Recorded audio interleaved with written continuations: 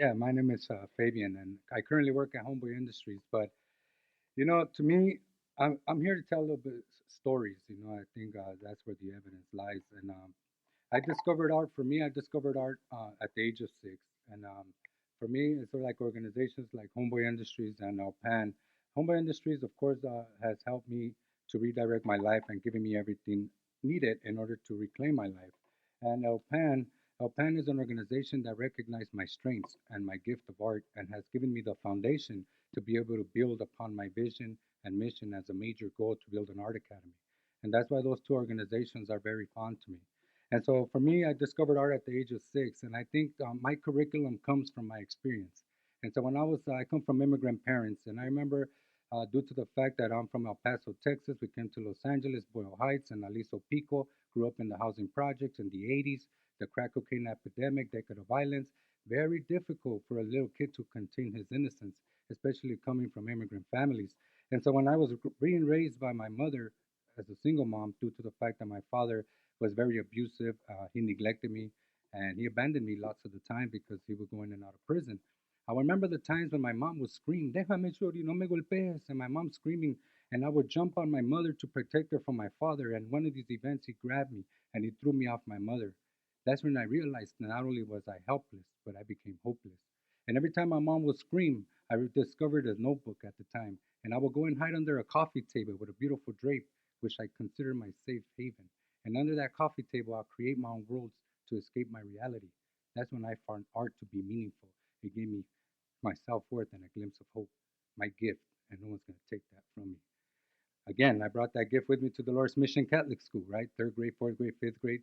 2 plus 2 equals 4, 4 plus 4 equals a drawing. Now get your ass to a principal's office. You're not supposed to be drawing in class. So now the teachers never took the time to ask me, why is it that you love to draw, Fabian? But they were quick to punish and penalize me and send my ass to a principal's office. Sure enough, because of that, in 8th grade, there was an instructor named Mr. Barrios, and I keep saying his name because eventually I'm going to find him through social media to make amends, I guess. And so, Mr. Barrios, I was 2 weeks into graduation just to give my mom a glimpse of the dream. Graduate Dolores Mission, go to Salesian, and end up in Bosco Tech somewhere. While this teacher, Mr. Barrios, he took it upon himself to again challenged me in class. He said, Fabian, you need to stop drawing in class. And I said, man, Mr. Vargas is making a big deal out of this. And then I go, he said, stop drawing in class. So, of course, he put me through a challenge. I'm going to continue to draw in class. Sure enough, he comes and he slammed my artwork and he put it on my face and he said, what did I tell you? Stop drawing in class. And that fool right there, he literally ripped my heart in half.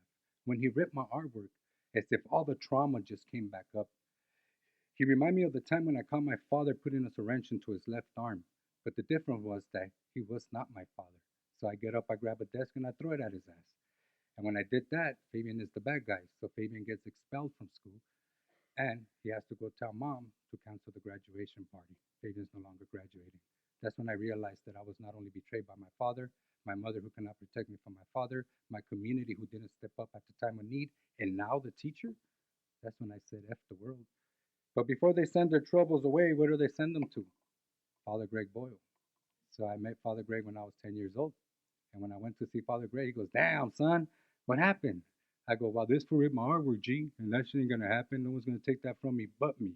And he said, Well, I'm not going to be able to keep you in school, son. You're going to get expelled. Time to go to public school. The Lions didn't I call. He goes, But before you leave, son, I want you to do something for me. I go, What's that, G? I want you to go home and draw me something. I was like, what? For the very first time, I'm not being punished and penalized for something I love to do. He recognized my strength and he returned the gift of art back to me.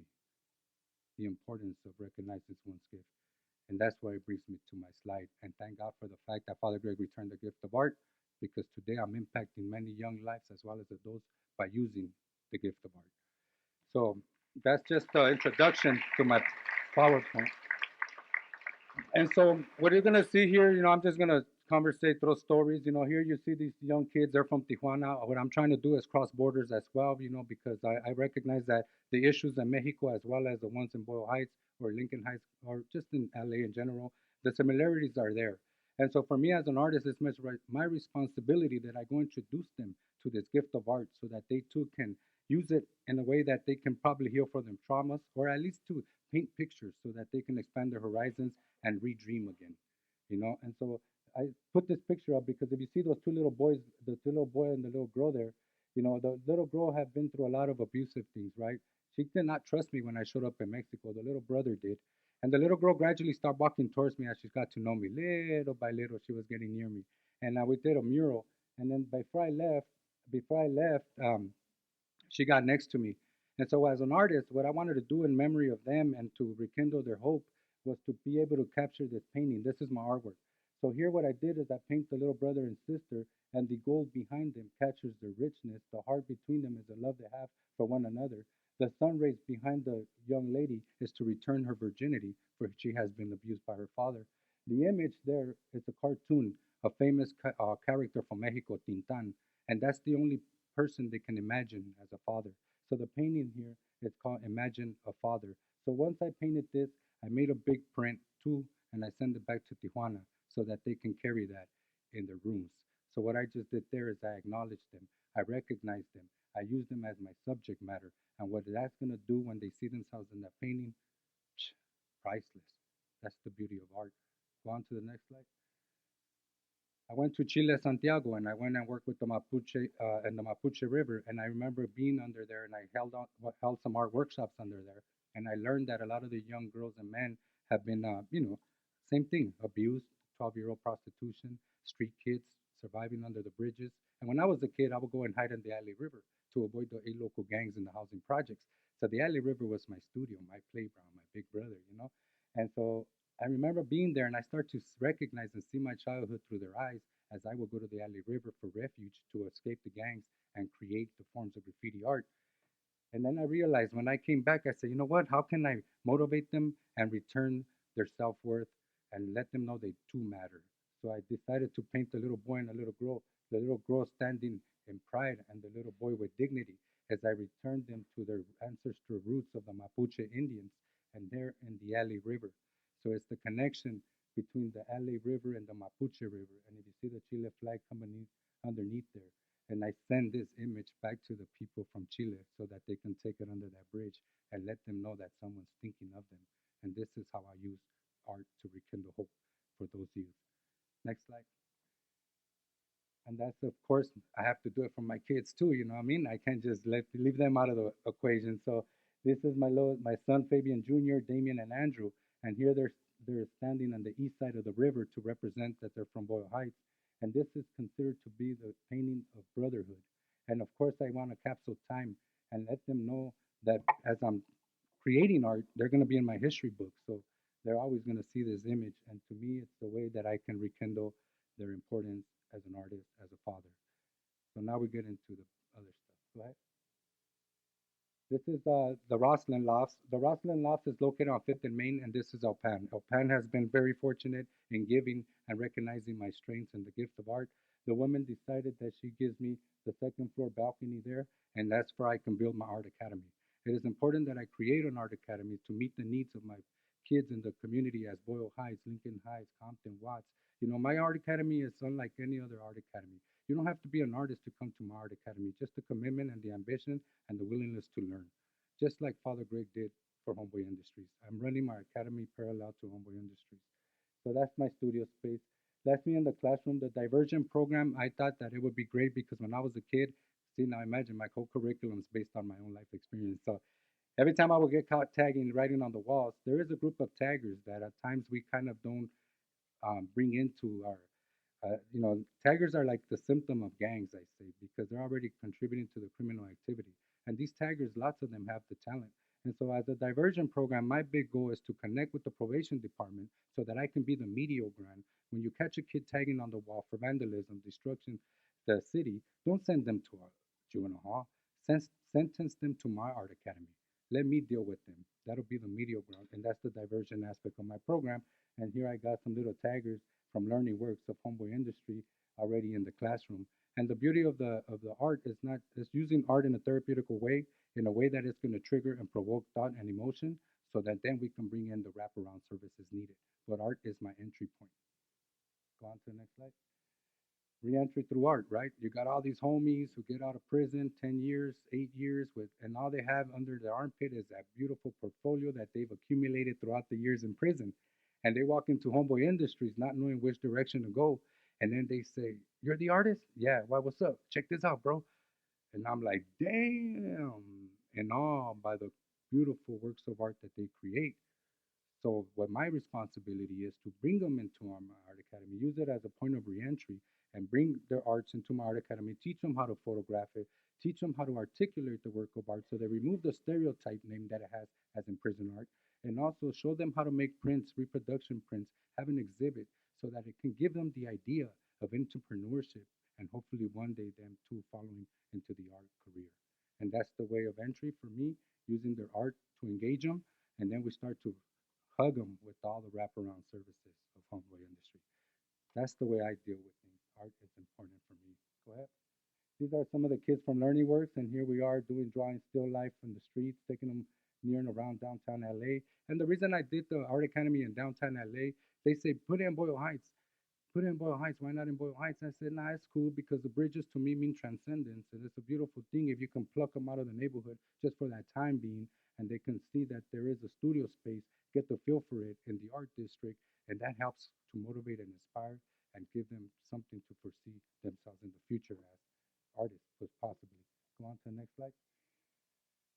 Here I'm doing art workshops, and of course, the recovery aspect. I'm a drug counselor at Homeboy Industries, and I also feel that art is very therapeutic and healing and in substance abuse. So I also held some art workshops for the nearby, drug programs that come to my studio, and I find workshops that are going to trigger healing and also help make amends by using the symbolism and imagery that is going to help them heal through art.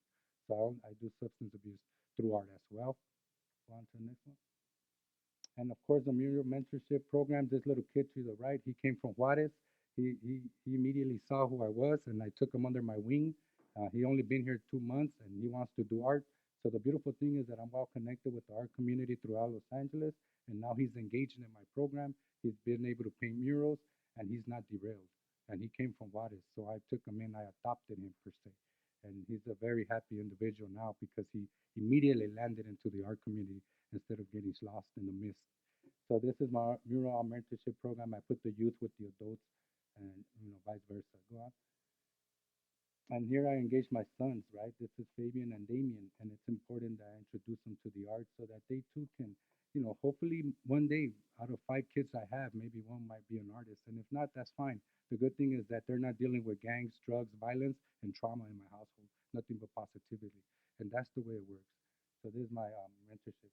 I also have a father and son interactive workshop, right? So you have the father and the son taking the patience that needed in order to give direction as well as listen to the son. And the beautiful thing and the miracle that happens is not so much about the technique of art, but the conversations that are taking place amongst father and son. And it goes from drawing a skeleton to understanding what house he's doing in school. I mean, art is a very beautiful psychological way of entry. You know what I mean? It's so relaxing that people just start opening up. So that's an important workshop as well. Mother and daughter, same thing. Mother and daughter interactive workshop, learning how to be patient with your children, great listeners, acknowledging them, and doing something together. That's very impactful. Next, this is me going to the outreach. I go to different nearby schools, high schools, to do the same workshops, to let them know who I am as a person from my community. It's important to hear their voice as well and bring it forward to the community. So I do a lot of outreach and enrichment, high school enrichment programs. I also have a program with the elderly, right? It's important that we bring the youth into the convalescent home. And there's a lot of convalescents that have been left behind, right? They get dropped off in those convalescent homes. Kids never come back to visit. So I bring the youth in that way to motivate them. And we use art as a point of engagement. And now they're learning from each generation, right? So the youth is explaining what they have to deal with in this generation, and the elderly take it back to their upbringing, and it's a beautiful thing to watch because the kids see their grandparents through the eyes of the elderly, and the elderly see their children through the eyes of the youth. The miracle that happens behind that. I mean, it's very hard to pinpoint, but it's just amazing to watch. And now this is the ripple effect that my art academy has. And one of the workshops we decided to do is do portraiture. And in this portraiture, we asked them to do something of importance to them. We're going to draw a portrait. and I want you to pick a person that means a lot to you. And that's the way I start to get engaging into the therapeutical aspect. So, of course, Laura here decided that she draw her daughter. Now, Laura's daughter is in custody of DCFS, but when she picked her daughter, it's because she wanted to capture her beauty and her importance. So I walked them through there, and at the same time, it's a mirror reflection. So as she's doing this image, at one point she's motivated, she's inspired, she's in all that she's going to do the painting of the drawing of her daughter. The next week she comes and she slams the pencil at it. Bah! Like, hey, what's going on? I can't draw this shit. Excuse my language, but it adds context to the story. So, so she, I can't draw this shit. And then I go, what's going on? She goes, come here. So she takes me to the side, and I take her out of the class, and I go, what's going on? She goes, I feel guilty doing this. I can't protect my daughter. It looks like if she's looking at me with those eyes. I go, the reason she's in DCFS is because I was on drugs. I go, it's okay, but you're doing all the right things now to get your daughter back. And she goes, and then she's getting abused by her father, etc. And I said, okay, there's a protocol. Do A, Y, and Z. Just calm down. And she said, well, I'm not going to draw today. Next week she comes and she continues because she followed my suggestions, did the right protocol, and she got to a better place and she finished the drawing. The ripple effect of art. And then, in one of the weekend visits, she gets to give her daughter her image. So look how amazing the daughter is smiling, and this is a memorable moment, not only for the mother, but the daughter who gets to keep that in her room for the rest of her life, and knowing that her mom was thinking of her and how important she is to her. Ripple effect. It's not just about the mom. Next one. And this is me in the inner city, elementary schools, Bree Street, Second Street, going back and engaging the little youth and dealing with their traumas as well. Go to the next one. I only got 10 minutes. So, power of art, and I want to share this image with you because it's very powerful. I go into the elementary schools, and because I'm from Boyle Heights and it's my responsibility, it's a community effort. I have to go back because there's still a lot of work ahead of us. I know there's still a lot of kids dealing with the same issues I was in my upbringing. So I do this project called the community tile wall, and here I ask the kids to draw something that brings them comfort: a person, a place, or a thing.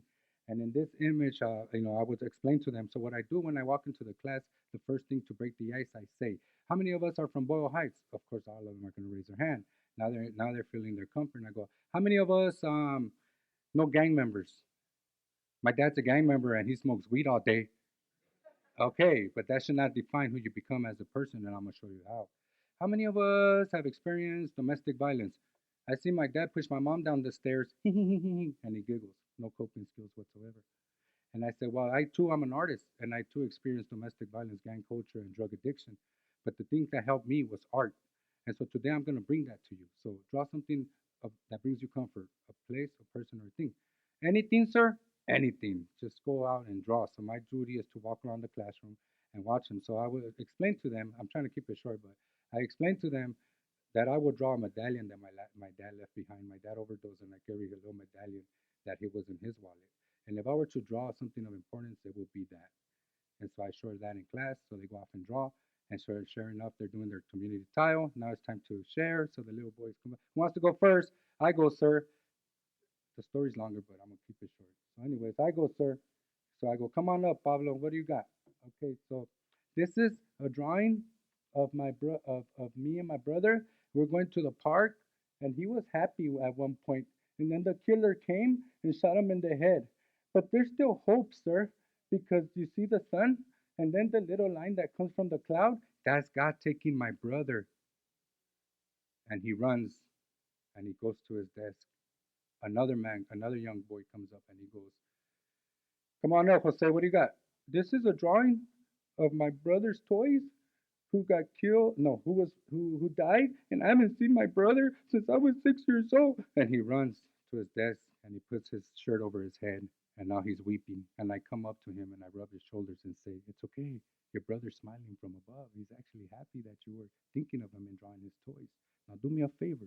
Take your shirt off your head. No need to live in shame." And then I make connections. Okay, so you have Pablo over here whose brother was murdered, right? And then you have Jose over here whose little brother passed away. See, there's a connection there. You're not alone.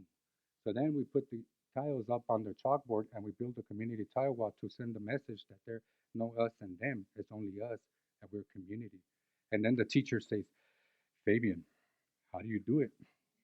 And I say, "Well, what do you mean?" You come in here, and in a matter of minutes, you get all that out of them. I said, well, first of all, I create a safe space. They're looking at themselves in the mirror, so they don't feel alienated, and I get to ask the proper questions. While that kid there is very disruptive, and he's a class clown, so I go to the wall and I rip this tile off.